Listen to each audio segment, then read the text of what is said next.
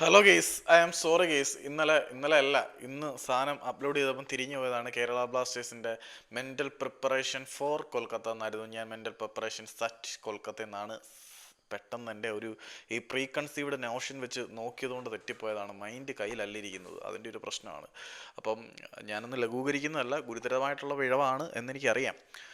Kerala blasters pre season അവസാനിപ്പിച്ച് കൊൽക്കത്തയിലേക്ക് വന്നിട്ടൊന്നുമില്ല, അവിടെ തന്നെ നിൽക്കുകയാണ്. കേരള ബ്ലാസ്റ്റേഴ്സ് മറ്റൊരു പ്രീ സീസൺ ഫ്രണ്ട്ലി മാർച്ച് കൂടി സ്റ്റാർട്ട് ചെയ്തിട്ടുണ്ട്. മറാലൈന എഫ് സി മറാലൈന എഫ് സി എന്ന് പറയുന്ന ഒരു തായ് ക്ലബിനെതിരെയാണ് കേരള ബ്ലാസ്റ്റേഴ്സ് പ്രീ സീസൺ മത്സരം സ്റ്റാർട്ട് ചെയ്തിരിക്കുന്നത്.